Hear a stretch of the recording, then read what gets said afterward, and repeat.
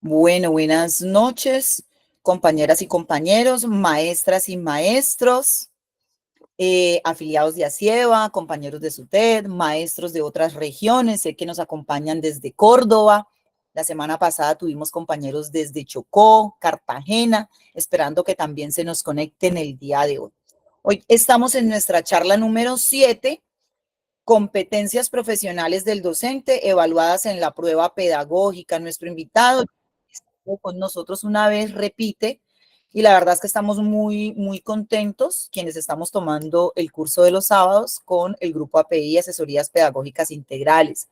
Sin más preámbulos, le voy a dar la palabra a Diego Fernando Rincón para que nos cuente qué nos tiene para hoy, de qué se trata nuestra charla y que nos siga brindando orientaciones y tips para prepararnos para el concurso de ascenso y reubicación 2024. Muchas gracias, Diego Fernando, tiene usted la palabra. Sí, muy buenas noches, maestros y maestras. Bienvenidos a este encuentro. Como lo dice la compañera Shirley, es la segunda vez que nos encontramos en este espacio. Espero que sea de gran ayuda para su proceso de formación y capacitación para la prueba pedagógica que van a presentar. Voy a compartir, entonces por favor Shirley, me ayudas con dejar de presentar. Voy a empezar a presentar acá. Listo, perfecto.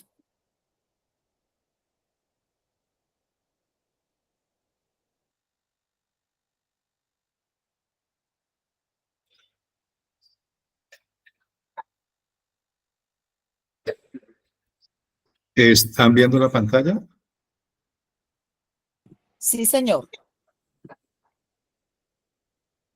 Bueno, mi nombre es Diego Fernando Rincón. Yo soy docente tutor del programa Todos Aprender y soy quien está a cargo de APEI, Asesoría Pedagógica Integral. Esta es una propuesta de capacitación en pedagogía didáctica y conocimiento disciplinar para maestros tanto del sector público como del sector privado. Y el día de hoy, pues vamos a dar un aporte relacionado con lo que son las competencias pedagógicas que se evalúan en la prueba que ustedes van a presentar en agosto.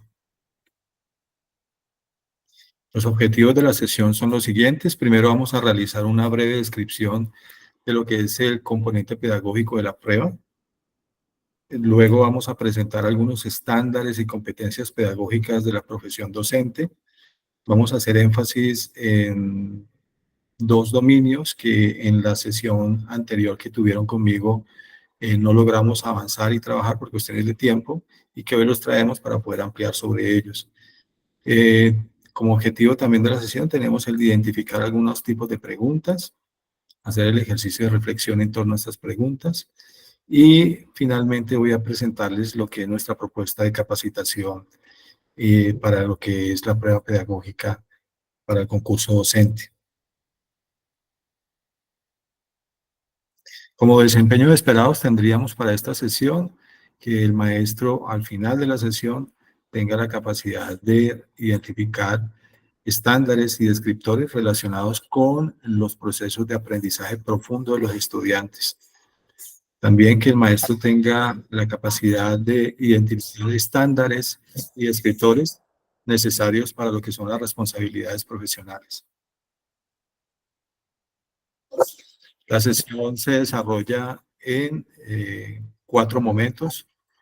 Un momento de exploración, un momento de estructuración, un momento de práctica y un momento de transferencia. En el momento de exploración vamos a trabajar una indagación en torno a lo que son las competencias profesionales del maestro. En el momento de estructuración vamos a hablar ya directamente sobre unos dominios y unas competencias propias de la prueba. En el momento de práctica vamos a trabajar ya directamente en torno a lo que es un elemento importante de las competencias pedagógicas, como es la parte de la evaluación de los estudiantes. Y en el momento de transferencia vamos a trabajar ya directamente con unas preguntas. Vamos con el momento de exploración. En el momento de exploración quisiera indagar un poco, y aquí es importante que ustedes hagan parte de este momento, que indaguemos un poco en torno a lo que son nuestras competencias profesionales como maestros. Hacíamos la pregunta en la sesión anterior, cuando estuvimos viendo el tema de la planeación de la clase y el tema del desarrollo de lo que son las competencias de los maestros, pero en este momento quisiera preguntarles sobre lo que son las competencias de nosotros como maestros para lo que es el proceso de aprendizaje de los estudiantes. Nosotros como maestros, y hago la pregunta, ¿cuáles son esas acciones, esos procesos que debemos dominar para que los estudiantes aprendan, para que los estudiantes comprendan, para que los estudiantes puedan avanzar en su proceso de formación? Entonces quisiera escuchar a los maestros en este momento. ¿Cuáles son esas competencias, procesos, acciones que debemos dominar como profesionales de la educación para que nuestros estudiantes aprendan, comprendan?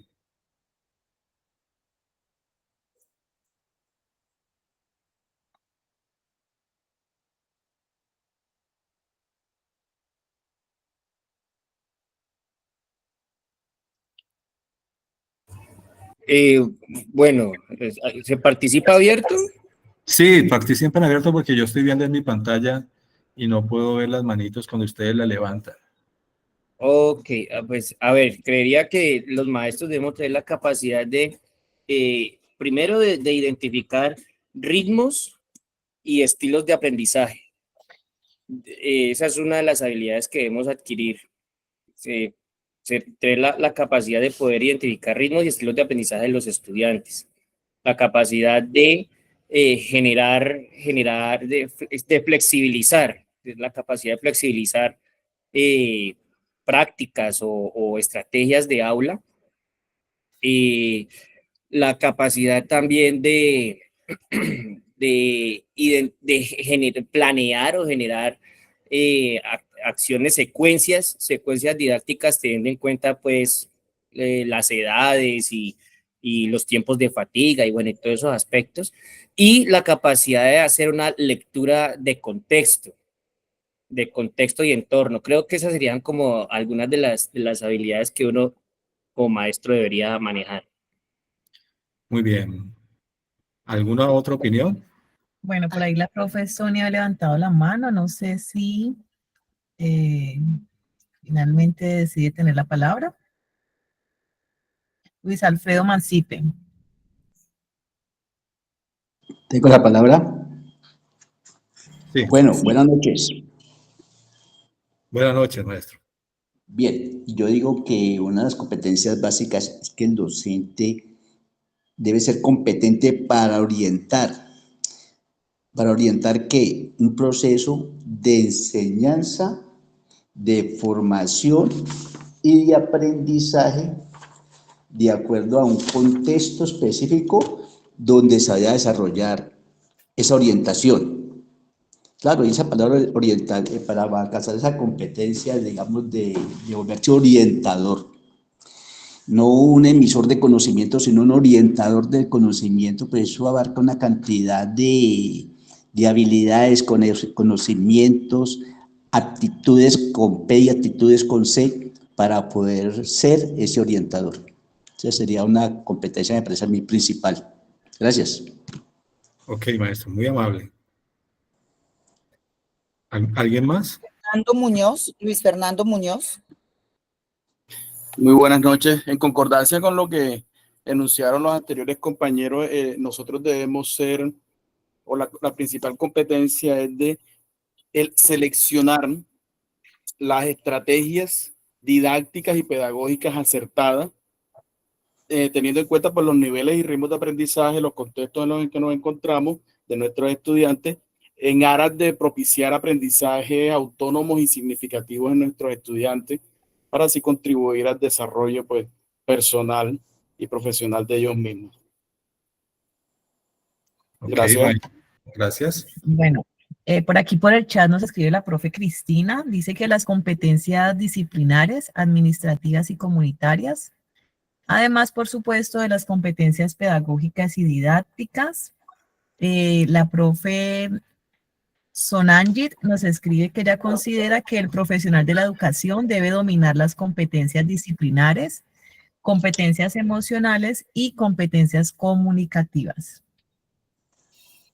Ok, sí, muy bien.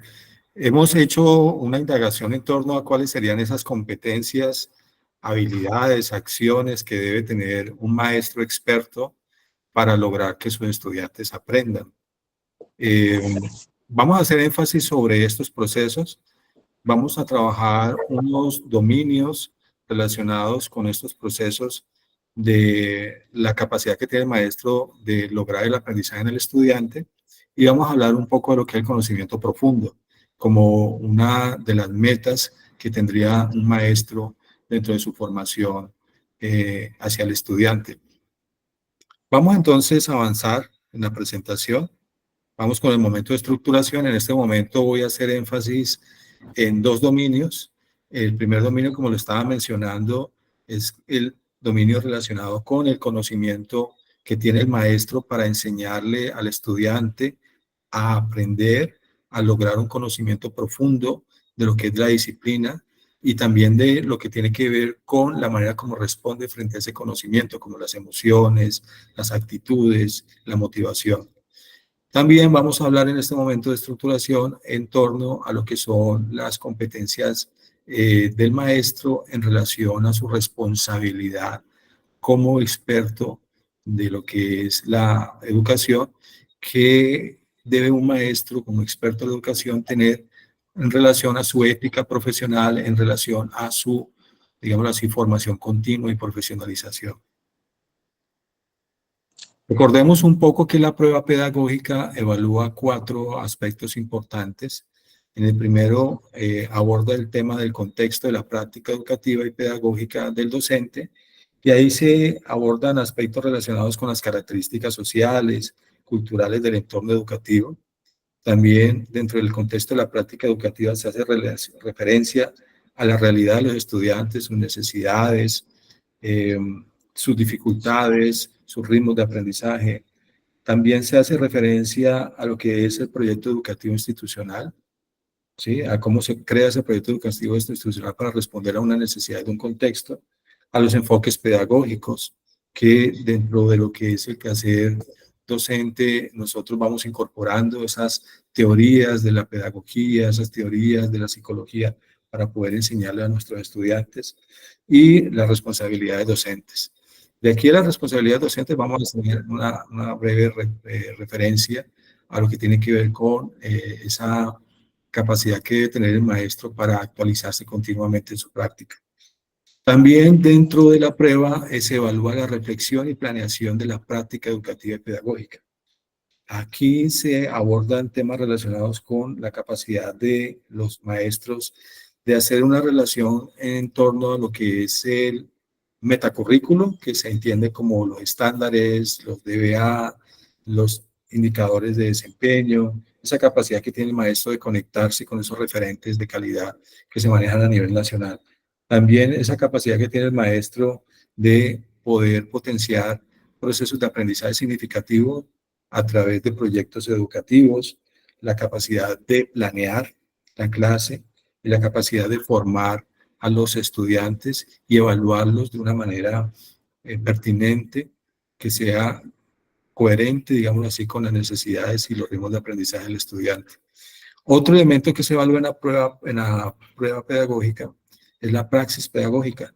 La praxis pedagógica, y este es un tema que vamos a trabajar el día de hoy en esta sesión, tiene que ver con la capacidad de comunicarnos con nuestros estudiantes, el manejo del grupo, la evaluación y seguimiento y los procesos de retroalimentación que el maestro puede llevar a cabo en el aprendizaje de los estudiantes, el atender a los estilos, ritmos de aprendizaje, a las dificultades de aprendizaje que tenga el estudiante, al dominio del área, a la capacidad que tiene de conversar con otras áreas, de flexibilizar el currículo, de flexibilizar el área para poder atender a otros elementos importantes también del aprendizaje, que no solamente son de tipo disciplinar, al diseño de actividades significativas, eso lo vamos a ver y sobre esto vamos a hacer mucho énfasis, especialmente de actividades significativas que hagan o que promuevan el aprendizaje profundo y el pensamiento crítico y creativo de los estudiantes.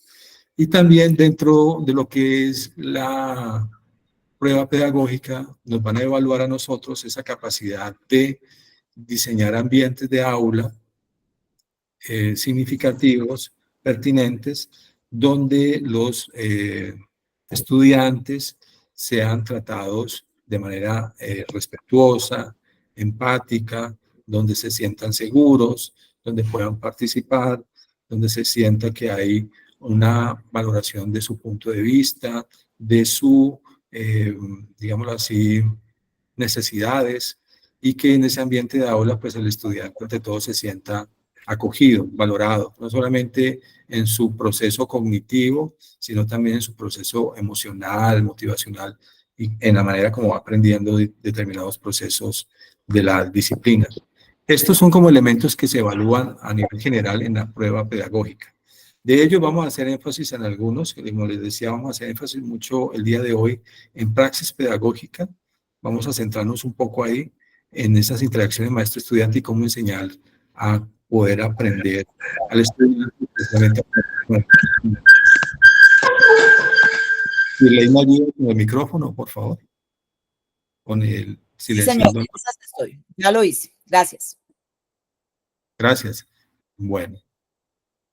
Hay que tener en cuenta que nosotros como expertos de la educación tenemos unos estándares, unas competencias y unas acciones que realizamos que desembocan en mejorar los procesos de aprendizaje de los estudiantes. Todas esas estándares, competencias, acciones, actitudes que tenemos frente al proceso de enseñanza están agrupadas en 4 dominios.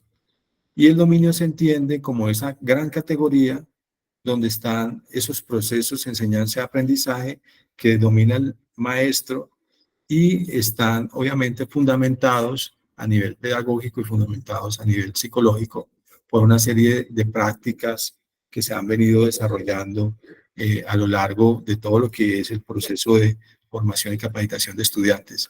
El dominio entonces es la categoría macro, en la cual encontramos el estándar o los estándares. El estándar es lo que esperamos que el maestro haga en un determinado contexto, que en este caso es en el aula de clases, y que lo haga de una manera eficiente, con un buen desempeño. El estándar está relacionado con lo que el maestro sabe hacer en contexto, es decir, con ese conocimiento que tiene y cómo pone en juego ese conocimiento para que los estudiantes aprendan en el aula de clases. Ese es el estándar, digámoslo así, el comportamiento, las acciones esperadas de un maestro experto en lo que es la educación. El descriptor son como los conocimientos concretos, las actitudes y los desempeños del maestro que demuestran que domina el estándar. Entonces, 4 dominios, cada dominio está compuesto de varios estándares y cada estándar está compuesto de una serie de conocimientos, actitudes y desempeños que el maestro exhibe en el proceso de enseñanza y aprendizaje de los estudiantes. Los dominios que el marco profesoral para la enseñanza, Danielson, utiliza son 4. El dominio de planeación y preparación de la clase, el dominio de creación de un ambiente propicio para el aprendizaje, el dominio de enseñanza para el aprendizaje de todos, que es el que vamos a hacer énfasis el día de hoy, y el dominio de responsabilidades profesionales. En la sesión pasada, cuando nosotros nos encontramos, estuvimos hablando de las competencias de los maestros, de esos estándares, y hablamos del estándar relacionado con la planeación y la preparación de la clase, y hablamos del estándar, de los estándares relacionados con la creación de un ambiente propicio para el aprendizaje. En esa sesión pasada, recuerden un poco que hablamos que un maestro que ya logra el estándar es un maestro que atiende los ritmos, los estilos de aprendizaje de los estudiantes, que conoce las teorías del desarrollo del estudiante, que tiene un dominio profundo de la disciplina, también de la didáctica pertinente a su disciplina, que planifica la enseñanza y que ante todo puede diseñar procesos de evaluación eficientes.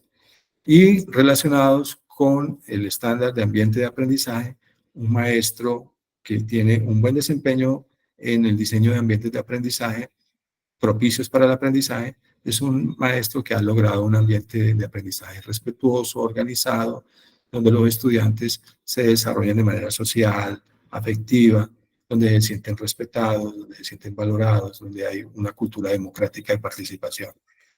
De esos estándares relacionados con la planeación y la creación de un ambiente de aprendizaje, estuvimos hablando en la sesión pasada. El día de hoy vamos a hablar de el dominio relacionado a la enseñanza del aprendizaje para todos y el dominio relacionado con las responsabilidades profesionales.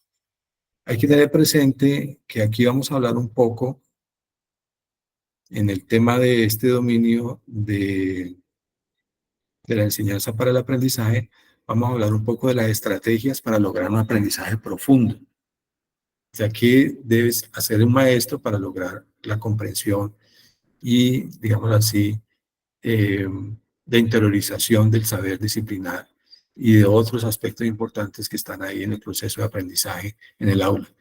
También vamos a hablar un poco de lo que tiene que ver con las estrategias de desarrollo de habilidades de pensamiento crítico, que es un elemento importante que está dentro de este dominio del aprendizaje para todos. Y voy a hacer énfasis y voy a profundizar en lo que tiene que ver con la evaluación y retroalimentación del aprendizaje, como parte de este dominio de enseñanza para el aprendizaje de todos. Vamos a mencionar, no vamos a profundizar sobre las responsabilidades profesionales, solamente las vamos a anunciar, vamos a presentar algunos ejemplos muy rápidos, pero nos vamos a concentrar especialmente en la enseñanza y el aprendizaje para todos. Ahí en responsabilidades profesionales vamos a hablar un poco de la ética profesional, del aprendizaje profesional continuo y el compromiso que debe tener el maestro para el mejoramiento de la comunidad escolar. Bueno, entramos ya directamente al dominio de la enseñanza para el aprendizaje de todos los estudiantes. Tenemos entonces dos estándares, vamos a trabajar tres estándares.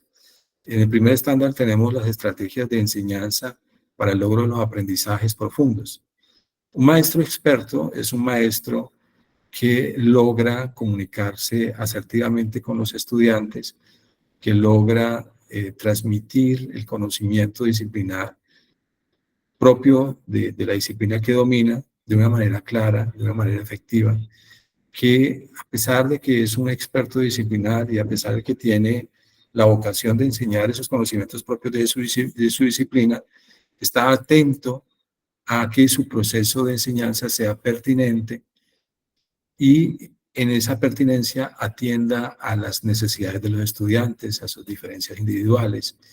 Y a pesar de que atienda a esas diferencias, a esos estilos, ritmos de aprendizaje de los estudiantes, tenga frente al proceso de aprendizaje de los estudiantes unas altas expectativas. Y que ante todo en ese proceso de enseñar se fomente la participación, la colaboración y lo que es la motivación y compromiso frente al aprendizaje. Dentro del dominio de enseñanza para el aprendizaje de todos, encontramos un segundo estándar que tiene que ver con las estrategias para el desarrollo de habilidades de pensamiento. Y aquí un maestro experto es un maestro que logra desafiar a los estudiantes, bien sea a través de el aprendizaje basado en problemas, aprendizaje basado en retos, aprendizaje basado en la capacidad de resolver situaciones, ¿sí?, que el estudiante enfrenta por primera vez y en las cuales él va a desarrollar una serie de procesos de pensamiento que le van a permitir analizar la situación, tomar decisiones frente a la situación, generar estrategias frente a la situación y poder responder de manera efectiva a esa situación. Esto tiene que ver entonces con el pensamiento crítico y la capacidad de, frente a esa situación problemática, el estudiante ser creativo y revisarse, esa capacidad de revisarse, la manera como está aprendiendo, la manera como ha avanzado, las dificultades que tiene en el proceso de aprendizaje y dónde debe corregir y ajustar sus estrategias para favorecer el aprendizaje. Obviamente todo eso va a repercutir en la capacidad del estudiante de tomar decisiones propias para poder aprender y para poder ajustar sus estrategias de aprendizaje. Entonces, es un maestro que no solamente desarrolla el pensamiento crítico y creativo y la metacognición del estudiante, sino que también le da dentro de la clase la capacidad al estudiante de la toma de decisiones. Entonces, de que el estudiante sea autónomo, crítico. Otro estándar relacionado con el dominio de la enseñanza para el aprendizaje de todos los estudiantes tiene que ver con la evaluación y retroalimentación del aprendizaje. Un maestro experto es un maestro que no solamente planea, ajusta la planeación, tiene claro.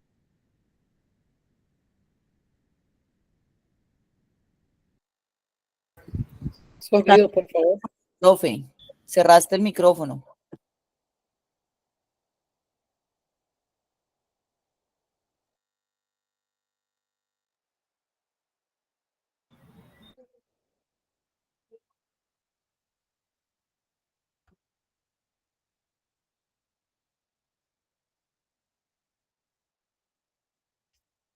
Hace rato estaba cerrado el micrófono. No, señor. Oh, Estamos en el último estándar que estabas presentando. Presentaste los dos primeros, estamos en el tercero. gracias. Bueno, entonces estábamos hablando de que un maestro experto es un maestro en la planeación y también en los procesos de aprendizaje para todos. Es un maestro que logra desarrollar un proceso de evaluación pertinente, flexible, una evaluación, digámoslo así, multidimensional sobre lo que los estudiantes aprenden, pero que además de eso se hace frente al proceso de evaluación un proceso de seguimiento continuo de la manera como el estudiante está aprendiendo, de su avance, de sus dificultades, y este tiene que ver con la retroalimentación que el maestro desarrolla para monitorear y para poder hacer ajustes en el aprendizaje de los estudiantes. Esta capacidad de retroalimentación tiene que ver con que el maestro define muy bien cuáles son los criterios de evaluación, cuáles son los niveles de desempeño, cuáles son las evidencias para demostrar al estudiante que ha aprendido y que al revisar esos procesos de niveles de desempeño, de evidencias, el maestro logra retroalimentar oportunamente al estudiante y logra orientarlo hacia la consecución de la meta, es decir, del aprendizaje, a través de ajustes que hace, que tienen que ver, ante todo, con ajustes muy pertinentes a la manera como va aprendiendo el estudiante. Entonces, de esto también vamos a hacer mucho énfasis, lo vamos a hacer en el momento de práctica, vamos a hablar de la evaluación y de la retroalimentación como un aspecto importante de lo que es la enseñanza y aprendizaje para todos. Este dominio lo vamos a pasar rápido, lo quisiera mencionar simplemente como para que nos quede una idea de cuáles son todos los dominios. Un dominio importante dentro de todo este quehacer del maestro tiene que ver con las responsabilidades profesionales. Y aquí encontramos dentro de las responsabilidades profesionales la ética profesional. Un maestro ético profesionalmente es un maestro que respeta los derechos de los estudiantes, procura su bienestar, promueve ante todo un clima de respeto, de solidaridad, de democracia en la comunidad, está en concordancia con el proyecto educativo institucional, conoce muy bien la legislación vigente y la apropia y la interioriza y la logra llevar a la práctica en el aula, y es ante todo un maestro que conoce muy bien todo lo que tiene que ver con la parte de la regulación escolar y obviamente responde y respeta esa regulación escolar, digamos así, las leyes que tienen que ver con el proceso de educación.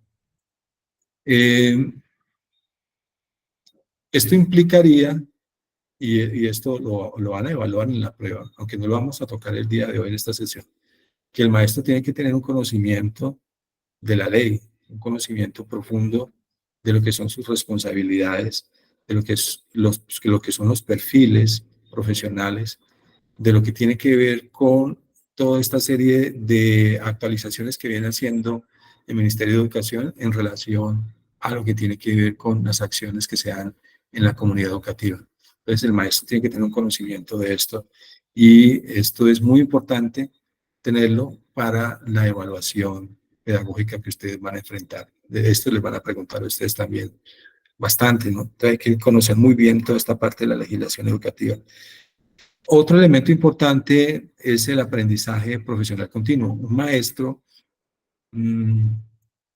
es un maestro que no solamente se compromete, atiende y responde a la legislación educativa vigente, sino que también busca actualizar su conocimiento profesional, especialmente el conocimiento pedagógico, psicológico, didáctico, disciplinar, ¿sí? Para poder, obviamente, ser más eficaz, para poder atender de una manera más pertinente a los estudiantes. Y obviamente eso implica que un maestro experto que se actualiza continuamente, es un maestro que se acerca a la pedagogía, que se acerca a la psicología, que profundiza en la disciplina que le ha sido otorgada y que está todo el tiempo en ese proceso de actualización, bien sea en la universidad, en talleres, de manera autónoma, pero es un maestro que se va actualizando continuamente. Aquí hay algo bien importante y es que se suele escuchar con frecuencia en algunos maestros que hay como una satanización de todo lo que tiene que ver con la actualización pedagógica y didáctica y disciplinar. Y a veces se cree, desde las creencias pues, que algunos maestros construyen, de que actualizarse pedagógicamente o disciplinarmente es atentar contra su autonomía como profesionales de la educación, que siempre hay como unos entes internacionales que quieren coercibir, coactar, limitar su práctica profesional. Entonces, ahí hay una cantidad de creencias muy complicadas que a veces no permiten que los maestros se aventuren y siempre se actualicen hacia nuevas posibilidades de enseñar para sus estudiantes. Otro elemento importante de las responsabilidades profesionales es el compromiso con el mejoramiento continuo. Un maestro competente es un maestro que está comprometido con el mejoramiento de la comunidad escolar, mediante la participación, obviamente, en los procesos de desarrollo y mejoramiento continuo del centro educativo. Es un maestro que trabaja muy bien en los órganos órganos del poder escolar, entonces, en el consejo directivo, en el consejo académico, en la asamblea de padres, con los estudiantes, participa en los procesos de evaluación institucional, participa en el plan de mejoramiento institucional, está siempre en pro de mejorar todo lo que tiene que ver con la comunidad educativa. Bueno, voy a concentrarme ahora en lo que tiene que ver con el dominio del aprendizaje para todos y el estándar de las estrategias de enseñanza para el logro de aprendizajes profundos. Recuerden que este es un elemento que les evalúan a ustedes en la prueba pedagógica. Hablábamos que es muy importante de que el maestro logre comunicarse de manera clara y precisa y que pueda atender las diferencias individuales y promover altas expectativas de participación y colaboración en el proceso de aprendizaje. Un maestro, y aquí ya vamos a desglosar algunas acciones que demuestran que el maestro ha logrado ese estándar. Un maestro que logra aprendizajes profundos en sus estudiantes es un maestro que comunica y demuestra altas expectativas frente al aprendizaje que van a lograr los estudiantes. Hay un efecto que se llama el efecto Pigmalión, que en psicología quiere decir que si tú tienes una imagen distorsionada de una persona o tienes bajas expectativas frente al proceso de aprendizaje de la persona, pues esta persona se va a acomodar a la manera como tú lo percibes o como tú lo comprendes o lo ves. Entonces, con esa acción de no creer en el estudiante, de no esperar del estudiante, de negar las posibilidades de superación del estudiante, de creer que el estudiante está estático y fijo siempre, se va a comportar de la misma manera, de no esperar algo positivo de él, pues obviamente se crean estudiantes que van a responder a esa visión limitada que tiene el maestro. Entonces, es muy importante que el maestro tenga altas expectativas de la manera como aprenden los estudiantes para evitar el efecto Pigmalión y no llevarlos a la limitación de las posibilidades que pueden lograr. Es un maestro que aplica estrategias motivacionales y consigue el involucramiento. Hay que tener en cuenta que la pedagogía está siempre de la mano con la psicología.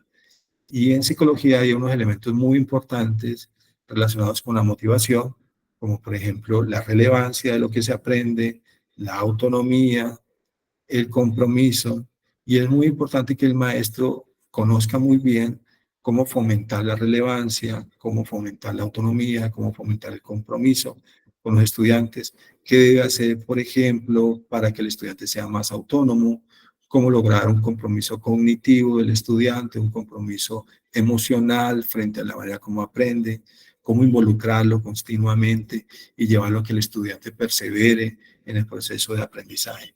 Eso tiene que ver con las estrategias necesarias para lograr un aprendizaje profundo. Un maestro experto también dentro de estas estrategias de enseñanza de aprendizaje profundo implementa estrategias para fortalecer la autoestima académica del estudiante. Hay que tener presente que los estudiantes cuando aprenden está dentro del proceso de aprendizaje involucrado una serie de aspectos propios de la mente del estudiante, como son sus actitudes, sus emociones, sus sentimientos.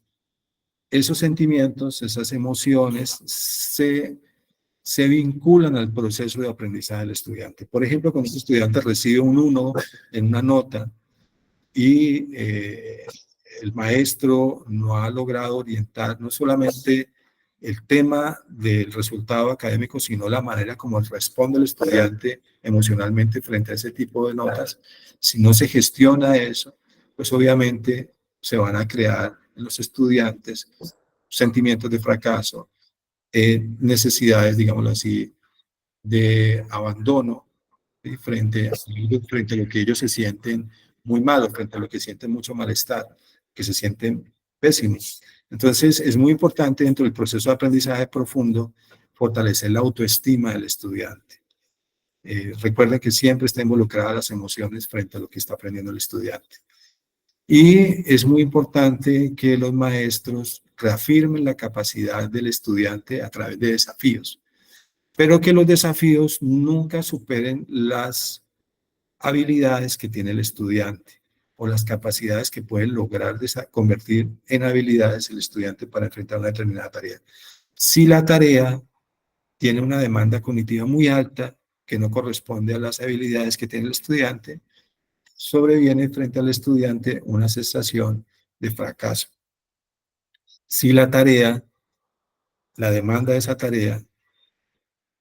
esa demanda es inferior a las habilidades y capacidades que tiene el estudiante, sobreviene en el estudiante el aburrimiento, porque lo va a ver muy fácil, muy sencillo y poco desafiante. Entonces hay que buscar siempre el equilibrio con el tema de qué tanto estamos nosotros esperando del estudiante, cómo ajustamos la tarea frente a esas habilidades y capacidades y estilos de aprendizaje que tiene.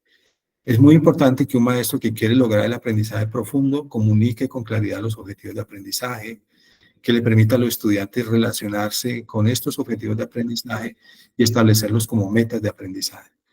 Que también el maestro logre verificar a través de procesos de seguimiento cómo está aprendiendo el estudiante, si lo está logrando, si hay dificultades, si hay que ajustar la estrategia, que haya un aprovechamiento al máximo del tiempo de clase y que ante todo se atienda a las diferencias de los estudiantes y que se les ofrezca apoyo a esas diferencias. Tenemos entonces las barreras de aprendizaje que tienen algunos estudiantes. Si queremos lograr aprendizaje profundo en ellos, tenemos que atender sus diferencias, atender esas barreras, saber flexibilizar nuestro currículo y saber diseñar la tarea de tal manera que el estudiante sí pueda responder frente a esa tarea, de tal manera que no haya ni aburrimiento ni frustración frente al proceso de aprender que está viviendo el estudiante. Y es muy importante para el aprendizaje profundo que el estudiante sea expuesto a diferentes recursos pedagógicos. Un elemento muy importante de la práctica docente y que es de la psicología y que ha venido instalándose ahora con todo el tema de los PIAR es el DUA, el Diseño Universal del Aprendizaje. Y él nos lleva a nosotros siempre a pensarnos en diferentes recursos para poder enseñar. Recursos que nos llevan a representar el conocimiento de múltiples formas, a crear diferentes estrategias para hacer el seguimiento del aprendizaje y diferentes estrategias para apoyar al estudiante en el aprendizaje. Entonces, hay que acercarse a esos recursos, digámoslo así, pedagógicos diversos, que no son propios de la pedagogía, pero que tienen que ver con la psicología, pero que son herramientas muy importantes para el aprendizaje profundo. Para desarrollar ya lo que son las habilidades de pensamiento crítico, de un pensamiento comprensivo, reflexivo, y que se mueve hacia el crecimiento continuo, tenemos que incorporar en las prácticas pedagógicas de los maestros, tenemos que incorporar, en nuestra práctica pedagógica tenemos que incorporar el diseño de estrategias para lograr el pensamiento crítico.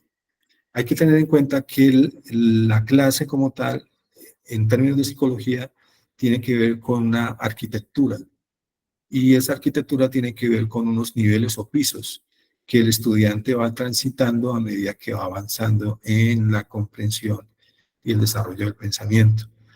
Tener en cuenta cada nivel, desde la identificación, a la ejemplificación, a la comparación, a la producción, a la argumentación. Esos niveles, tener en cuenta esos niveles implica ajustar cada una de nuestras tareas. Entonces, tener en cuenta cuándo el estudiante está identificando, cuándo el estudiante está ejemplificando, cuándo el estudiante está argumentando, cuándo el estudiante está produciendo, que esas tareas estén organizadas de tal manera que se vaya viendo la progresión, el avance, el ascenso del estudiante a lo largo de cada uno de esos peldaños, de esos procesos de pensamiento que va desarrollando para alcanzar lo que más adelante sería la reflexión profunda de la manera como aprende y la reflexión profunda de lo que está aprendiendo, que sería el pensamiento crítico. Es muy importante desarrollar e implementar estrategias didácticas que le permitan al estudiante para lograr ese pensamiento crítico y creativo, que el estudiante se haga preguntas, se cuestione, formule diversos argumentos, debata, proponga, que se invita al estudiante a desafiar las teorías existentes, a promover un pensamiento independiente, a promover el pensamiento alternativo, a desarrollar otras posturas. Eso es importante en el desarrollo del pensamiento crítico. También es importante que el estudiante en él se formule estrategias que le permitan ser creativo para lograr desarrollar una respuesta frente a una determinada situación, problema, que sea creativo. Entonces, la creatividad y el pensamiento crítico son muy importantes para que el estudiante pueda lograr un nivel de conocimiento frente a lo que está aprendiendo, digamos así, de alto nivel, de lo más, digamos así, elaborado o profundo que puede alcanzar, que es el pensamiento crítico, el pensamiento creativo y el pensamiento divergente, que es la capacidad también de seleccionar y generar múltiples alternativas frente a la manera como se puede resolver una determinada situación. Es importante también que el maestro logre que el estudiante reflexione sobre la manera como aprende, que esa reflexión sea una reflexión que le permita la metacognición, que esa reflexión le permita abordar el problema que está en ese momento desarrollando y que frente a ese problema el estudiante pueda generar soluciones y que esas soluciones le permitan al estudiante mirar cómo esas soluciones realmente responden al problema, realmente están siendo efectivas o hay que ajustarlas, hay que acomodarlas.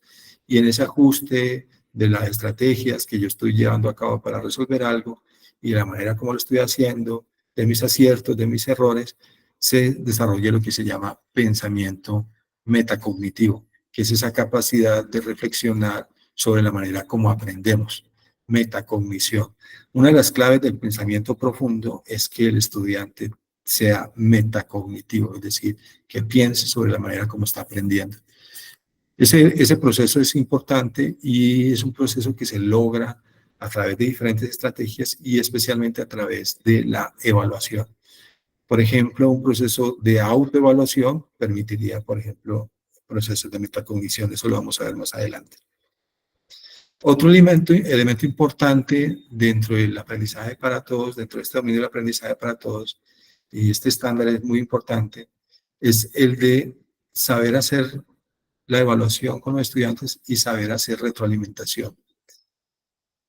Cuando hablamos de saber hacer la evaluación, tener en cuenta que para lograr la evaluación hay que diseñarla, y diseñar la evaluación implica tener en cuenta unos criterios de evaluación, saber muy bien el objetivo de aprendizaje, el nivel de apropiación de ese aprendizaje, los niveles de desempeño frente a ese aprendizaje, las acciones que realiza el estudiante que ha logrado ese aprendizaje, el tipo de evidencia. Esos son elementos importantes de los criterios de evaluación y que el maestro debe tener claros a la hora de la planeación. Entonces, en una planeación, un maestro efectivo, competente, diseña la evaluación, diseña el criterio de evaluación, tiene claro el objetivo de aprendizaje, tienen claro los niveles de desempeño, tienen claro las evidencias, tienen claro los recursos con los que va a hacer el seguimiento del aprendizaje y los procesos de retroalimentación de ese aprendizaje. Es muy importante que el maestro utilice los resultados para que los estudiantes puedan hacer ajustes de su proceso de aprendizaje. Entonces, se espera que el maestro haga un monitoreo del aprendizaje de los estudiantes y retroalimente continuamente ese proceso de aprendizaje del estudiante dándole un apoyo, ¿sí?, a esos ritmos, a esas características y a esas necesidades que el estudiante va generando en la medida que va aprendiendo. Entonces, es importante que el maestro monitoree todo el tiempo la manera como el estudiante aprende, le haga retroalimentación y a partir de un diseño anterior de la evaluación se pueda ver en qué nivel de desempeño se encuentra el estudiante y qué necesita para pasar al siguiente nivel, qué ha logrado que se encuentre en un determinado nivel, qué debe ajustar, qué necesidades se están presentando en ese proceso de aprendizaje y cómo corregirlas. Es un maestro también que da retroalimentación continua en la clase. Hay que tener en cuenta de que la retroalimentación debe ser efectiva. Una retroalimentación efectiva es una retroalimentación en la clase, en el proceso de aprendizaje. Una retroalimentación efectiva, una retroalimentación poco efectiva es una retroalimentación de una calificación de un examen que se entrega una semana o 15 días después. 15 días después. La retroalimentación debe ser en el acto, en el momento en que el estudiante está aprendiendo. Y debe ser una retroalimentación descriptiva, objetiva, atendiendo al proceso de aprendizaje del estudiante sin caer en subjetividades, de decirle al estudiante si es bueno o mal, y descriptiva, en la cual se describa dónde están las fortalezas y debilidades del estudiante y oportuna, basándose obviamente en los criterios de evaluación definidos con anterioridad. Vamos con el momento de práctica. Entonces, este momento de práctica lo vamos a trabajar desde lo que tiene que ver con este elemento que acabamos de ver, de la evaluación y la retroalimentación. Solamente quería ampliarlo un poco para que ustedes lo vean cuando nosotros vamos a desarrollar la planeación de la clase y como expertos disciplinares queremos diseñar la evaluación y diseñar el proceso de retroalimentación que debemos tener en cuenta.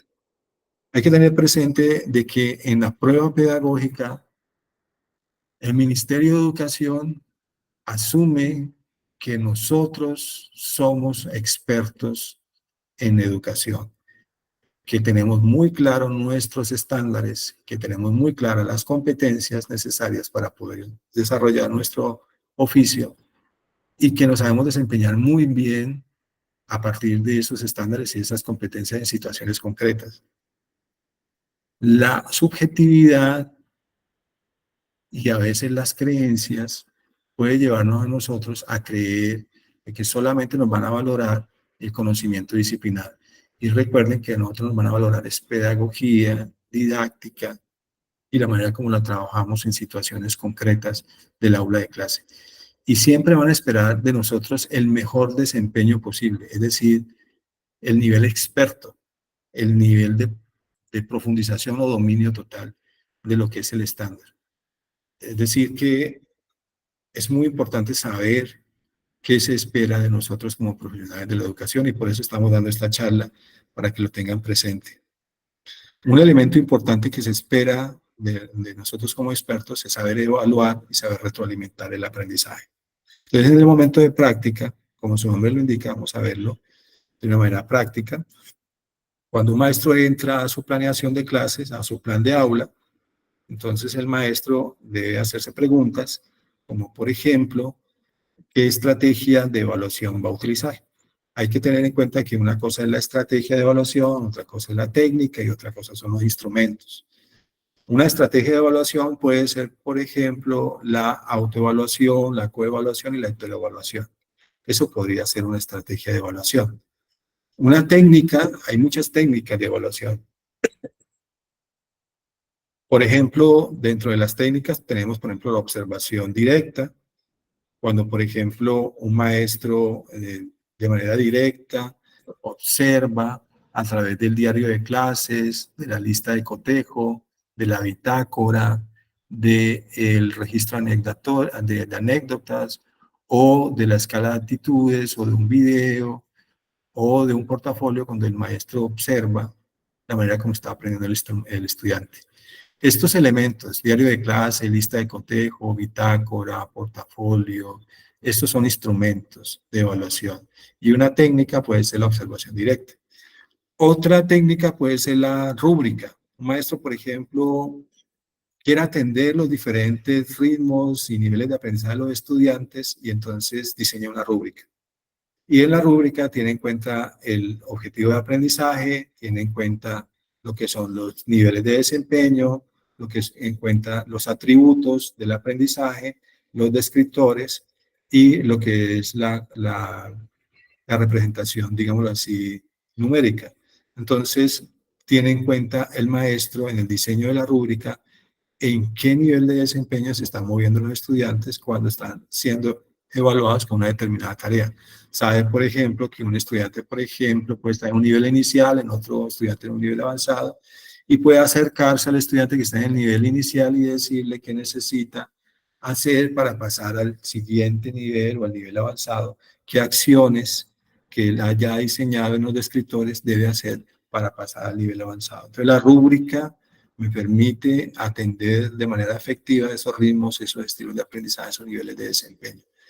Hay que tener en cuenta que las rúbricas requieren un diseño y hay diferentes tipos de rúbricas y eso requiere tiempo, pero son muy importantes a la hora de darle al estudiante información completa, concreta, objetiva, de la manera como está aprendiendo. Si yo, por ejemplo, no utilizo una rúbrica y le doy al estudiante una retroalimentación, que lo que no está clara en unos niveles de desempeño, en los descriptores, es probable que el estudiante no sepa realmente dónde falló, que es lo que pasa a veces con muchos estudiantes, que uno les pregunta y ellos no saben en dónde fallaron, ¿sí? Porque no tienen claridad acerca de lo que se espera deben hacer frente a la tarea. Otra podrían ser las pruebas externas e internas. Es una técnica también, por ejemplo, las pruebas evaluar para avanzar, las pruebas saber, las pruebas diagnósticas que se hacen. Los exámenes pueden servir, por ejemplo, un instrumento que me permite a mí seguir el aprendizaje del estudiante y me permite ver su avance, así como la rúbrica, son los portafolios. Por ejemplo, un portafolio, puedo tener un portafolio de trabajo y un portafolio de presentación en cada estudiante. Entonces el estudiante me va mostrando en el portafolio de trabajo su trabajo día a día y la manera como va avanzando. Y el portafolio de presentación tendría los elementos más destacados de sus producciones intelectuales y ese podría ser socializado con todos los estudiantes. El portafolio podría mostrar el punto inicial y el punto de avance, de dónde arrancó y hasta qué tanto logró el estudiante en su proceso de aprendizaje. Los portafolios son muy importantes y son una herramienta de evaluación formativa y de seguimiento al aprendizaje continuo y que nos libera a nosotros como maestros de los exámenes. El examen no es la única forma de evaluar a un estudiante, entonces, además que calificar exámenes cuando tenemos 500 estudiantes, y somos, por ejemplo, maestros de secundaria y calificamos 500, 800 exámenes, entonces el portafolio puede ser una herramienta más fácil y más oportuna para hacer seguimiento al aprendizaje del estudiante. La autoevaluación, si está acompañada la autoevaluación, que puede ser una herramienta importante, una técnica importante, puede permitirme que el estudiante haga metacognición, que el estudiante se autoevalúe, se revise cómo está aprendiendo. Esto, por ejemplo, cuando un maestro está en su proceso de planeación, su plan de aula, debe hacerse esas preguntas con respecto a esto que estamos diciendo nosotros acá, de cómo evaluar y cómo retroalimentar el aprendizaje. Vamos a cómo retroalimentarlo. El maestro también tiene que hacerse preguntas, por ejemplo, de cómo retroalimentar el aprendizaje. Hay una forma de retroalimentarlo, hay muchas. Por ejemplo, la lista de el boleto de salida. El boleto de salida es cuando le preguntan al estudiante, por ejemplo, qué aprendió, cómo se sintió, qué más puede aprender, qué sugerencias tiene. Y eso lo puede escribir en una hojita que se llama boleto de salida al finalizar de la clase y se lo entrega al profesor. Boleto de salida. Esa es una herramienta muy importante. Otra herramienta, los palitos de colores, por ejemplo. Entonces, el color rojo significa que no aprendí, el color amarillo significa que voy ahí en el camino y el verde significa que aprendí totalmente. Entonces, uno le puede decir a los estudiantes que cada uno tiene sus 3 palitos de colores, que cuando se está dando la clase, cómo se siente, cómo va ese proceso de interiorización de lo que están aprendiendo, y que levanten el palito que indica el nivel en el que está. Entonces el niño que levanta el palito rojo, pues ya sabemos que tenemos que ir a apoyarlo y retroalimentarlo y darle a él las herramientas para que siga avanzando. El que amarillo podemos seguirle haciéndole sugerencias, y el que el verde ya sabemos que entonces logró aprender. Y así existen muchísimas herramientas de retroalimentación en el acto, en el momento de que se está dando. Una de las tantas herramientas de retroalimentación es la escalera de la retroalimentación de Daniel Wilson, una forma muy eficiente de hacer retroalimentación. Se basa en 4 niveles para hacer la retroalimentación y cada nivel va, digámoslo así, ajustando el proceso de comprensión del estudiante hasta hacerlo llegar, digámoslo así, a un nivel de comprensión de lo que está aprendiendo.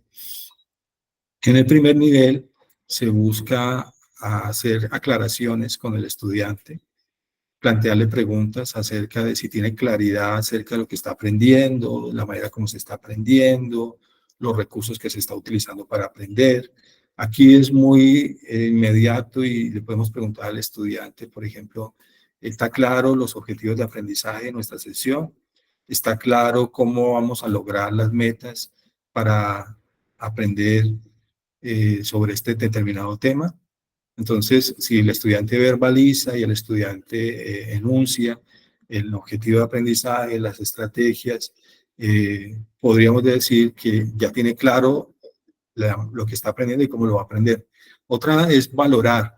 Valorar se hace énfasis en los aspectos positivos, las fortalezas que tiene, la manera como está aprendiendo, y también se le da a él confianza de que lo puede lograr. Entonces, valorar podría decirse, por ejemplo, con frases como lo estás haciendo bien, has avanzado, veo que estás comprometido con tu trabajo, noto que estás alcanzando a responder estas preguntas, este problema. Entonces, valorar lo que el estudiante hace. Otro elemento, y es el tercer nivel, es expresar inquietudes. Formularle al estudiante preguntas para que el estudiante se cuestione si realmente está haciendo las cosas bien. Plantean cuestiones como, ¿has considerado que tal vez debas revisar esto que estás haciendo de esta manera? ¿Podría hacerse de esta otra manera? ¿No lo habías pensado? De pronto puedes tener en cuenta estos otros aspectos, todos estos recursos. Entonces, para que el estudiante se revise, ¿sí? Reflexione. Y finalmente está el de hacer sugerencias. Cuando le pedimos al estudiante, ya que le sugerimos al estudiante que para dificultar una determinada, para lograr superar una dificultad, pues podría lograrlo si tiene en cuenta una sugerencia que nosotros hacemos ya concretamente con cada uno de ellos. Esta es la escalera de la retroalimentación de Daniel Wilson y es una herramienta muy importante. Y sería interesante que cuando nosotros planeemos nuestra clase y diseñemos la evaluación y la retroalimentación, como maestros expertos de ese estándar, tengamos en cuenta estrategias de retroalimentación. Vamos con el momento de transferencia. Entonces ya terminamos con toda la parte teórica, la parte práctica, y vamos con el momento ya de las preguntas. En este momento quisiera ya invitarlos a que me ayuden a leer las preguntas y las vamos respondiendo y vamos reflexionando en torno a ellas. Aquí quisiera invitarlos a que reflexionemos en torno a el enunciado de la pregunta, a establecer qué es lo que nos están preguntando y a analizar las opciones. Y cuando me refiero a analizar las opciones es a tratar de ir descartando las opciones que pues están fuera del contexto de la pregunta y también a saber cuáles podrían ser esas opciones que se presentan como lo que la gente usualmente llama la cascarita. Entonces, mira cuál podría ser la cascarita o la opción que podría generar como la trampa ahí, o cuáles son las opciones absurdas fuera del contexto de la pregunta. Entonces, yo los invito a que reflexionemos. Tenemos 4 preguntas y aquí quiero la participación plena de ustedes. Ya aquí yo ya, digámoslo así, ya no hablaría tanto. Y entonces quiero invitarlos. Vamos con la primera pregunta. ¿Algún maestro? Recuerden que yo no los veo con los manitos abiertos. ¿Algún maestro que pueda participar? Bueno, profe Diego, yo la voy a leer entonces. Dice, para evaluar la clase desde una perspectiva de la enseñanza por competencias, una docente establece unos saberes propios de la disciplina, pero además define unas habilidades y actitudes a desarrollar y promover en los jóvenes del grado sexto. Para lograr esto, la docente debe apoyarse en A. Los intereses de los estudiantes porque facilitan el proceso educativo y evaluativo. B. Los textos escolares porque contienen los principales temas que se deben evaluar en el área. C. Los desarrollos tecnológicos y avances sociales porque orientan el desempeño de los estudiantes. Y D. Los saberes del área llevados a escenarios cotidianos porque pueden ser mejor comprendidos por sus estudiantes. Ok, los invito a analizar el enunciado, qué es lo que nos enuncian, qué es lo que nos preguntan y luego cuál podría ser la opción y cuáles podríamos descartar. Entonces, que están invitados.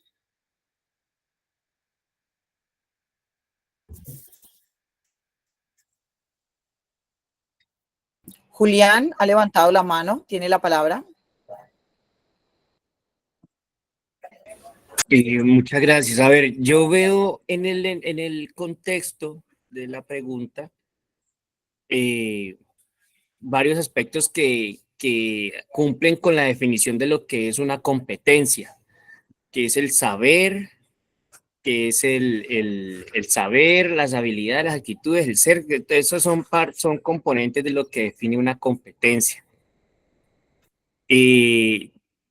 Yo descartaría la B y la C. Estoy entre A y D, pero tengo una inquietud con respecto a esas dos, que a mi concepto son similares, pero me genera inquietud es que la D habla de los saberes del área, llevados a escenarios cotidianos. Y no sé si estoy asumiendo mal, pero la pregunta debería verse desde la disciplina que se está abordando y no desde el área. Entonces, tengo esa inquietud, por eso estoy entre esas dos. Profe, no sé usted qué me podría aclarar, por favor. Sí, ahí hacen énfasis en evaluar la clase desde una perspectiva de la enseñanza por competencias.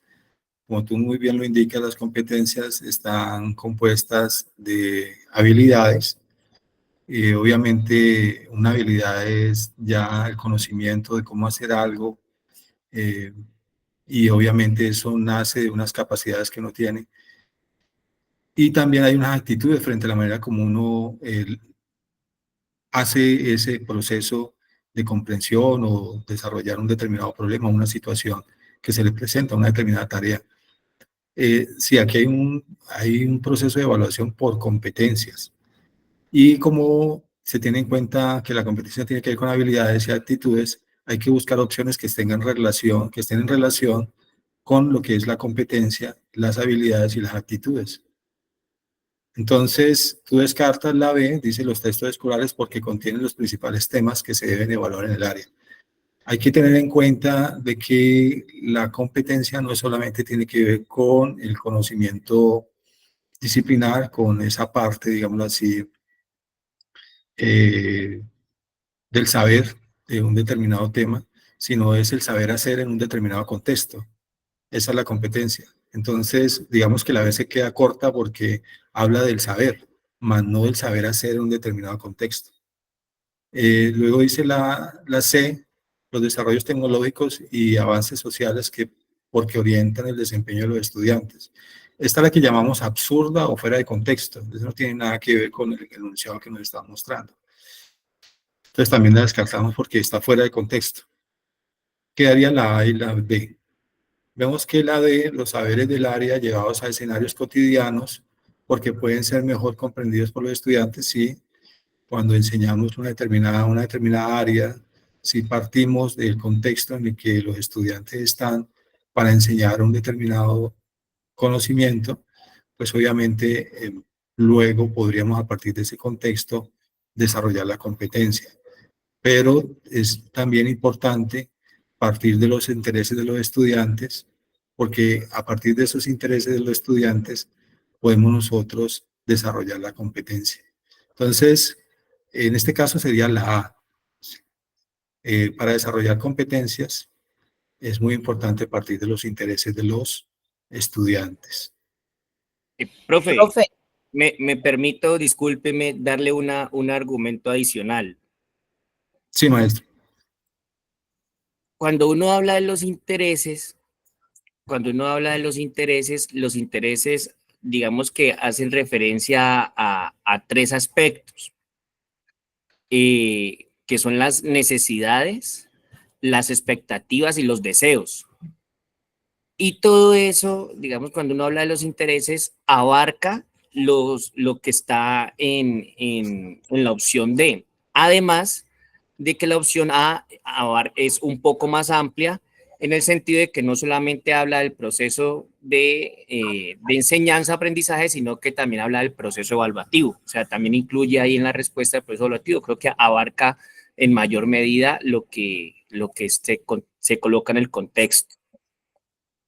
Sí, gracias. Bueno, profe, dime. claro, a mí me ocurrió lo mismo que al compañero Julián y creo que a otra compañera también de la duda entre la A y la D. Y ahí creo que opera mucho la idea de las famosas cascaritas, porque yo primero dije, es la A, ¿cierto? Cuando la leí dije la A, los textos escolares los descarté, los desarrollos tecnológicos y avances sociales también la descarté, pero en los saberes del área llevados a escenarios cotidianos, ahí patiné. Como que la cascarita me hizo dudar y empecé como a pensarlo, carajo. Y ahí como que no sé, no supe cómo decidirme, la verdad. Entonces ahora que lo quieras, como que digo, ah, claro. Y me parece que esa cascarita se me vuelve un obstáculo a la hora de tomar la decisión. Ana Milena levantó la mano. Sí, ahí en la pregunta hay una parte donde dice, una docente establece unos saberes propios de la disciplina, pero, ese pero, pienso yo que define la respuesta, porque allí dice, define unas habilidades y actitudes a desarrollar y promover en los jóvenes del grado sexto, ¿sí? Allí entonces hay que mirar cuáles serían esas habilidades y actitudes que se busca desarrollar, porque ahí ya está definida en la respuesta D, yo la descartaría porque ahí ya está definido esa parte que dice, que yo creo que se equivocaron cuando pusieron del área y no pusieron de la disciplina, porque ahí ya está definido los saberes del área llevados, o sea, esa parte ya estaría en la pregunta. Ok. Sí.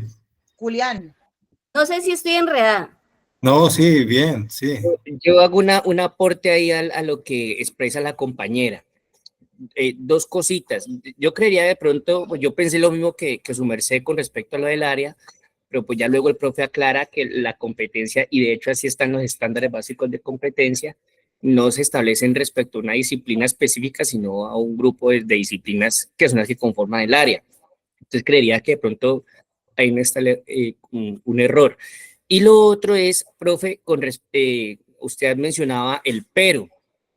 Resulta que en términos del texto, si es en un enunciado, si hay un pero solito, el enunciado que sigue posterior al pero, o sea, que está después del pero, digamos que sería un enunciado que agregaría una idea de alguna forma contraria a lo que lo antecede. Sin embargo, en este caso, ahí dice, pero además, ese pero no se leería como usualmente uno lo utiliza, de una idea que niega la anterior o que contradice la anterior, sino que es un y. Ese pero reemplazaría una adjunción que es un y además. bueno, nos han hecho por aquí una moción de procedimiento, que continuemos, que hay más preguntas. Está bien, aceptemos. Pero Alfredo Mancipe, ¿vas a decir algo cortico por ahí para que pasemos a la siguiente pregunta? Dale, Alfredo. Sí, sí, cortico. Yo también me fui porque cuando un saber de un área se lleva a un escenario cotidiano, en un escenario ya muy cotidiano no se desarrollan ni promueven habilidades. Y la profesora dice, va a definir unas habilidades, actitudes, pero para desarrollarlas, y ante la evaluación también, ¿no? Perdón, para evaluar la clase. Pero me diría, y si la profesora va a promover habilidades y actitudes, es porque ya conoce un poco los intereses de los estudiantes. Yo por eso me inclino por la A. O me incliné por la A, ¿no? Ok, sí, muy bien. Vamos con la siguiente pregunta. Listo. ¿Alguien que me ayude a leerla y también a analizarla si quieren?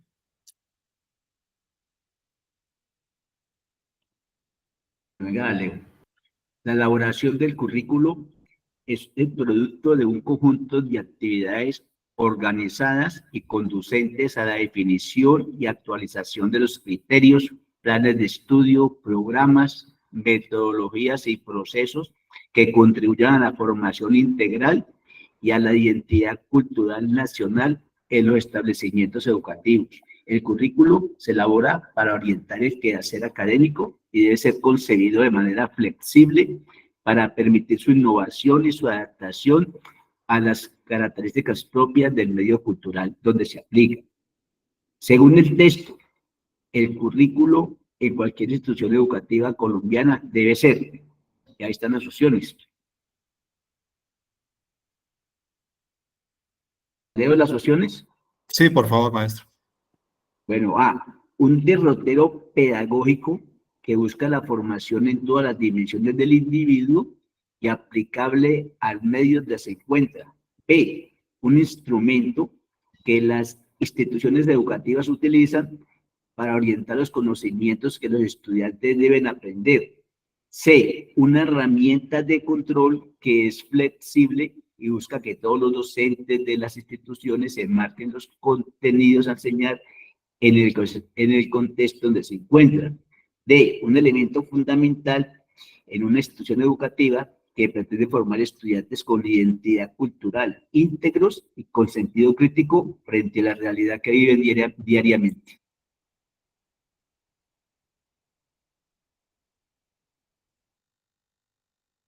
¿Cuál creen que sería la opción?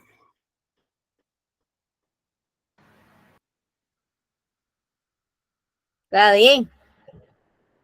¿Y por qué?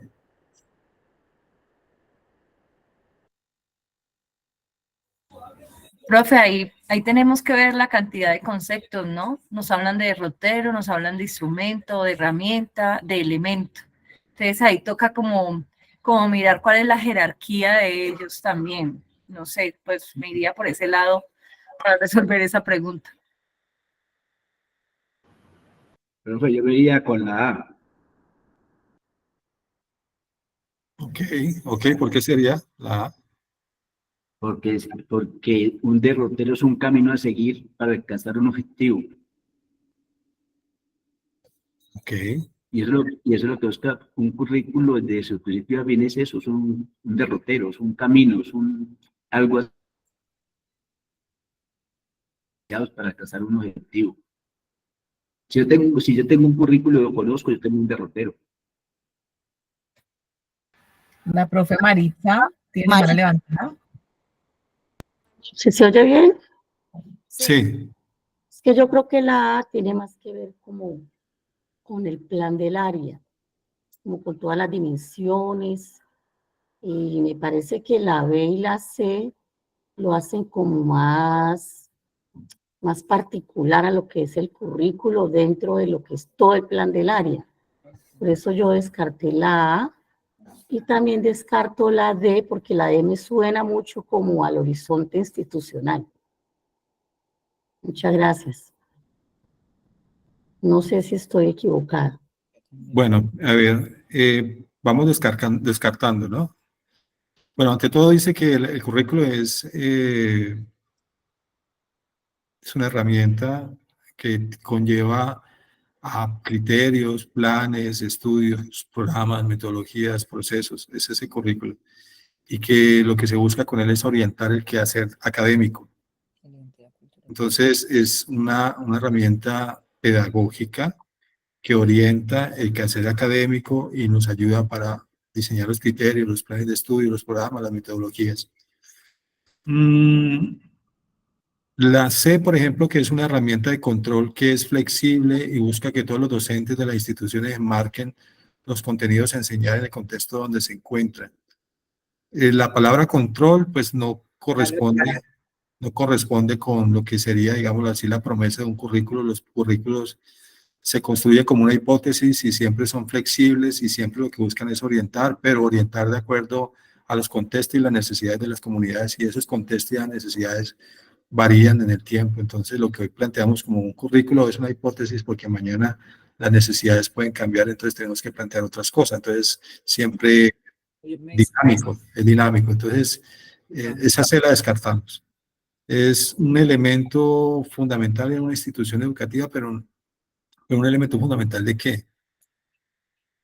la, Entonces, un instrumento que la institución educativa utiliza, pero un instrumento de que tiene que tener el elemento pedagógico que lo hace, digámoslo así, la, tener ese estatus de orientación. Entonces, es un derrotero pedagógico que busca la formación. Entonces, sería la A. Bueno, vamos con otra pregunta. ¿Alguien más que quiera leer, por favor? Yo le colaboro. La práctica racional técnica quiere prescindir del sujeto y suele objetivar lo subjetivo por vía de simplificación para así controlar los resultados. Pero al hacerlo, cuando se trata de evaluar el aprendizaje, reducen los procesos cognitivos complejos a meras técnicas de cuantificación con las que se pueda medir aquel resultado. Para un docente realizar un procedimiento que entre en concordancia con este marco es porque asume el conocimiento de una forma A, estática, cerrada y por ende limitada. B, intersubjetiva y moral. C, contextualizada y con historia. D, progresiva y acumulativa.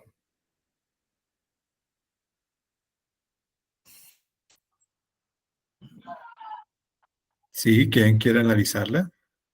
Yo diría que la respuesta es la A. Sí, ¿por qué? Hay una partecita que dice allí, ya le digo, dice, reduce los procesos cognitivos complejos a meras técnicas de cuantificación con las que se puede medir aquel resultado. Creo que la A está en concordancia con esa línea del párrafo. y yo le agregaría cuando dice en la segunda línea para así controlar los resultados, Si controlas los resultados, estás siendo estático, cerrado, limitado, porque quieres conducirlo hacia ese lugar, y eso, pues, si es una evaluación que pretende ser formativa, pues, eso, los resultados no se podrían controlar, creería yo, ¿no? Ok, sí, entonces estaría... Sí, dime, maestro. Yo también digo que la A porque dice quiere prescindir del sujeto. Y prescindir del sujeto es una cuestión cerrada, ilimitada. Por eso voy con la A. Muy bien, descartaríamos entonces B, intersubjetiva y moral, porque pues aquí no se está atendiendo ni a los ritmos, ni los estilos, ni los niveles de desempeño, sino que se busca es ante todo el mismo rasero, digámoslo así. Contextualizada tampoco, estaría en contra pues del enunciado que es una evaluación estática, una evaluación, digámoslo así, simplificada, que controla. Progresiva, acumulativa, podría ser, pero realmente la que conforma la respuesta sería estática, cerrada y por ende limitada. Entonces tendríamos que ir la A, y la cascarita podría ser la D. Porque las evaluaciones estáticas cerradas con el mismo rasero, que miden con el mismo rasero a todos, son progresivas y acumulativas. Pero realmente quien define la característica de este tipo de evaluación estática y cerrada es la A. Bueno, vamos con otra pregunta. Los invito a esta última pregunta.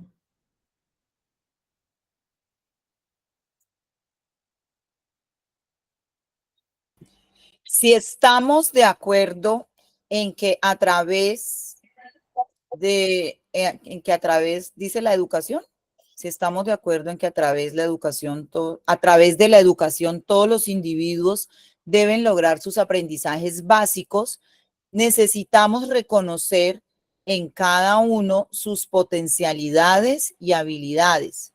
Por lo tanto, un método pedagógico debe: A, empezar abordando los conocimientos y aptitudes con que cuenta el niño.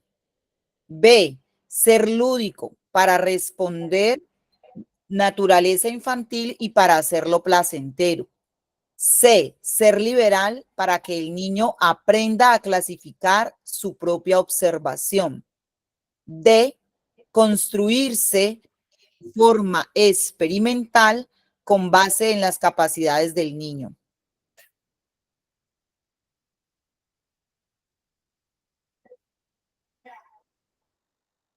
Julián, tienes la palabra. A ver, yo creería, me arriesgaría por la opción A.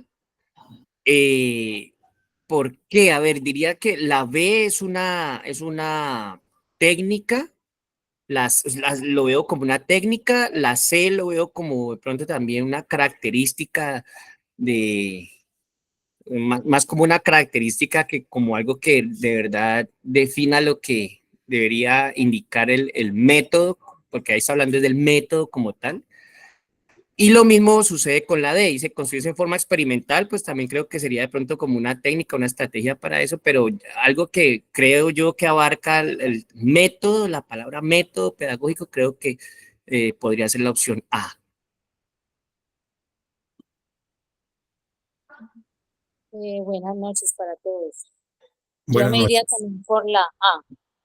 ¿Por qué? Porque allí en la parte del enunciado dice muy claro que todos los individuos deben lograr sus aprendizajes básicos a partir de, reconociendo sus potencialidades. Entonces, la A dice empezar abordando los conocimientos y actitudes con que cuenta el niño. Él ya tiene unos conocimientos que ya trae, entonces me iría por la A. Es lo que dice allí, el método pedagógico. Muy bien, sí, sería entonces la... Sí, muy bien. Empezar abordando los conocimientos y aptitudes sería como el camino más efectivo para que los estudiantes realmente puedan lograr sus aprendizajes. Ser lúdico, sí, es como lo decía el maestro, es como una estrategia, como un medio, pero realmente el punto de partida es iniciar con el conocimiento y las aptitudes del estudiante. Ser liberal también sería como un medio, y construirse una forma experimental con base en las capacidades también sería como un medio, es decir, como como una herramienta o una estrategia. Pero realmente el punto de inicio para desarrollar cualquier proceso de aprendizaje sería a partir del conocimiento del estudiante y sus aptitudes. Entonces sería la A. Bueno, yo quiero aquí aprovechar para hacerle promoción al curso. Y ya con esto cierro para que pasemos a las preguntas. En la sesión pasada nosotros estuvimos hablando un poco de las competencias profesionales del maestro para la prueba pedagógica y logramos divulgar y dar a conocer la propuesta que tenemos de curso de capacitación para la prueba pedagógica. La aceptación fue contundente por parte de maestros de ACIEVA y de SUTEP. Logramos conformar el curso y el curso en este momento se está desarrollando. Tengan presente que están invitados quienes todavía no hagan parte del curso. El curso los va a preparar para las competencias generales de la prueba. Cuenta con material de apoyo y simulacros.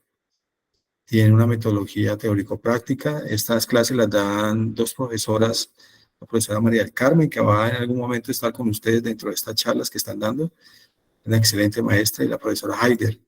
Ambas son de la normal, son maestras de los maestros que se están formando para iniciar todo este proceso de educación. Ellas van a desarrollar con ustedes las clases y son unas clases teórico-prácticas basadas especialmente en la resolución de casuística. Tenemos otra experiencia ya en capacitación para maestros, tanto del sector privado como del sector público. No solamente hemos capacitado para pruebas, sino que hemos capacitado, por ejemplo, los colegios arquidiocesanos, colegios del sur, para lo que tiene que ver con didáctica y pedagogía. Y en este momento estamos capacitando para la prueba pedagógica. El curso que se les ofrece para los maestros que todavía no han hecho parte del curso son 60 horas de material audiovisual. Tienen ustedes acceso a unas clases que están grabadas de cursos pasados, pero además de eso tienen acceso a 7 clases virtuales sincrónicas los días sábados de 7 de la mañana a 10 de la mañana en encuentros virtuales sincrónicos por la plataforma Meet. Nos reunimos siempre de 7 a 10 ahí con las dos maestras y desarrollamos la clase. Tenemos 7 clases por delante. Entonces, ahí pueden ustedes interactuar con ellas, así como estamos haciendo ahora, reflexionar, participar. Y también cuentan con unas clases grabadas ya con otros temas sobre también todos estos aspectos relacionados con la prueba pedagógica. Las clases que ofrecemos nosotros son virtuales sincrónicas, ofrecemos material, ofrecemos los simulacros. Y pues para los maestros de ACIEVA, el curso tiene un descuento del 25%. Las clases que nosotros ofrecemos usualmente valen 200.000 pesos, pero para ustedes les quedan 150.000. Entonces, si hay algún maestro que esté interesado en hacer parte del curso, sé que hay muchísimos cursos. Sé que hay cursos gratuitos, sé que hay cursos de 20.000 pesos, sé que hay cursos de 300.000 pesos, como los de, bueno, no vas a hacer mala publicidad. Y la propuesta de nosotros, que es una propuesta de maestros del sector público, todos maestros en oficio, que capacitamos maestros por la experiencia que tenemos en capacitación de maestros. Entonces, están bienvenidos los maestros que quieran hacer parte del curso.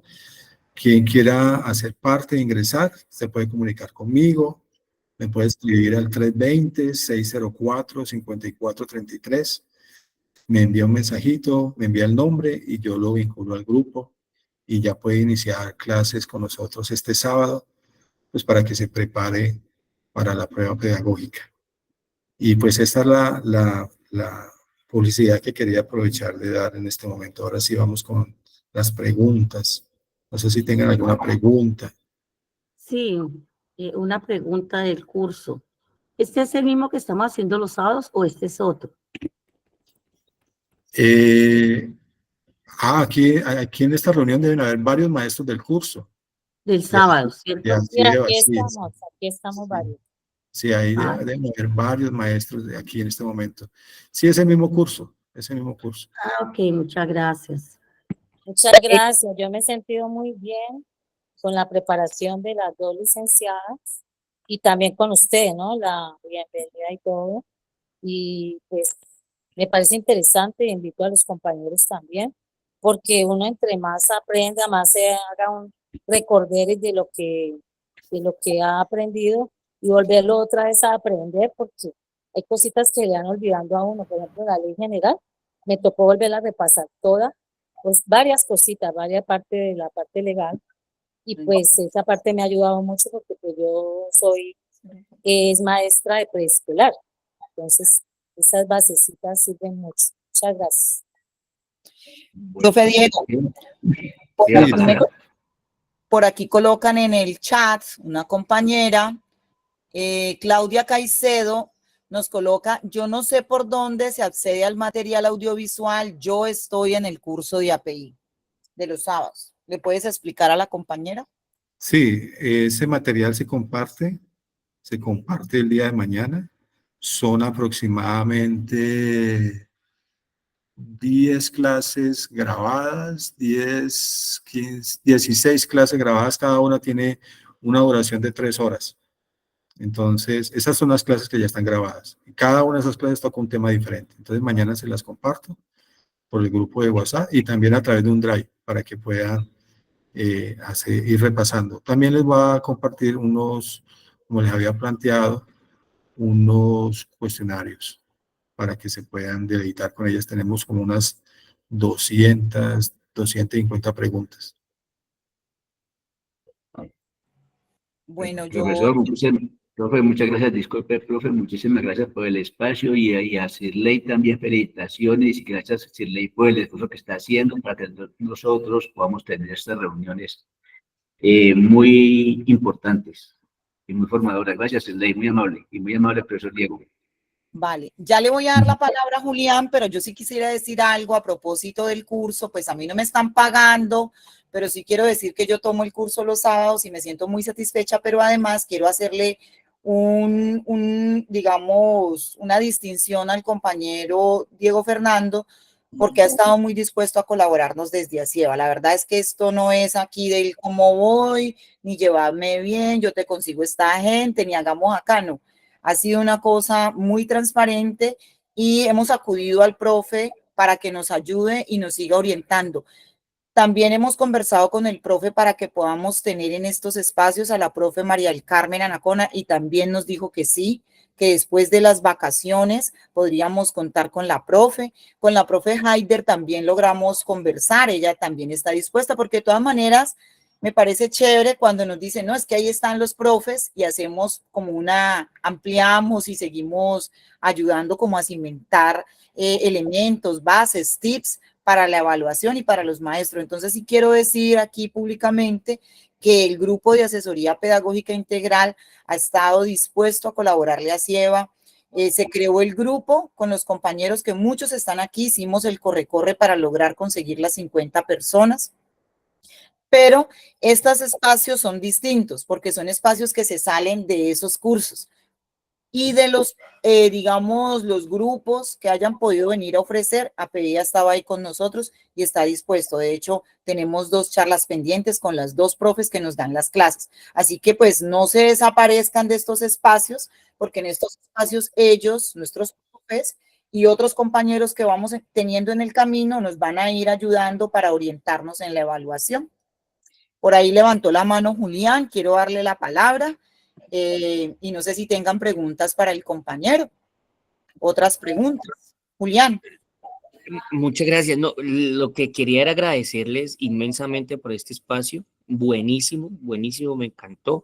No he tenido pues la oportunidad por cuestiones de tiempo de acompañarlos en otros espacios, solamente he participado como en 2, pero me han parecido unos espacios de verdad de mucho valor y que hay que continuar, hay que rescatar y felicitarlos y felicitarla a usted, decirle que le ha metido pues todo el empeño a este tipo de actividades.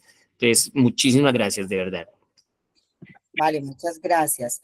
Inicialmente pensábamos en que, bueno, hagamos un par de charlas para que ayudemos y orientemos, pero la cuestión ha tenido tanto auge y cuando escuchamos, por ejemplo, a Diego, yo me siento a tomar nota y, por ejemplo, siempre me voy pensando en qué de lo que me dices no solamente me va a ayudar a la evaluación, sino que me nutre mi praxis pedagógica. Entonces me quedo con estrategia, instrumentos, técnica. ¿Por qué? Porque a veces uno utiliza esos términos como si fueran sinónimos.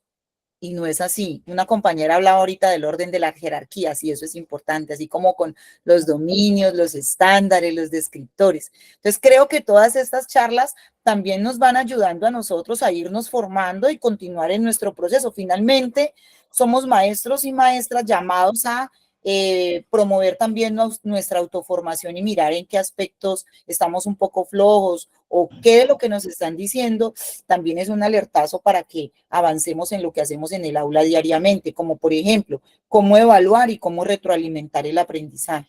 Entonces, eso me parece súper valioso, así que muchas gracias, Diego. Y ya yo te doy las gracias internamente, pero creo que las gracias también hay que hacerlas públicamente por el esfuerzo que han hecho ustedes. Y nada, seguir contando con ustedes, eso sí. Muchas gracias. Bueno, Shirley, por el chat, el profe Gustavo Herrera escribe que quiere hacer una consulta. Profe Gustavo. Tiene la palabra. Tienes la palabra. Escribir por el chat y que lo escribamos. Se pueden permitir los estudiantes. Sí, pues sí, el profe preguntó por aquí. A George le doy las gracias también porque también nos está ayudando con una de las expositoras. A la profe Carmenza que contactó al profe Diego directamente.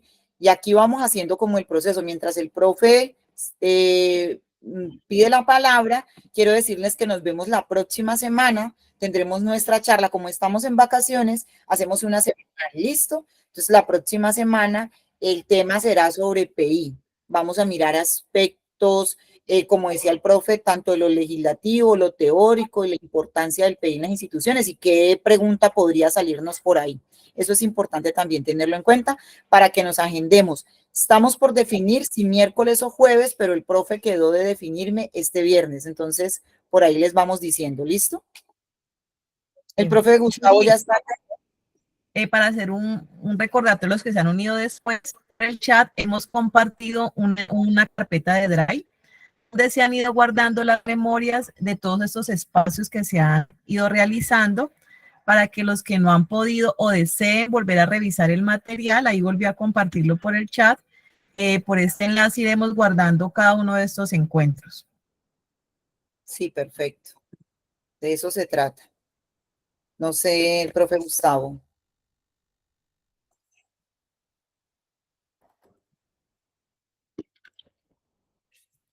No se te escucha, Gustavo. Pon el sonido. ¿No se te escucha?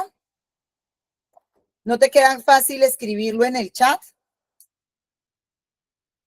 Escribirlo en el chat.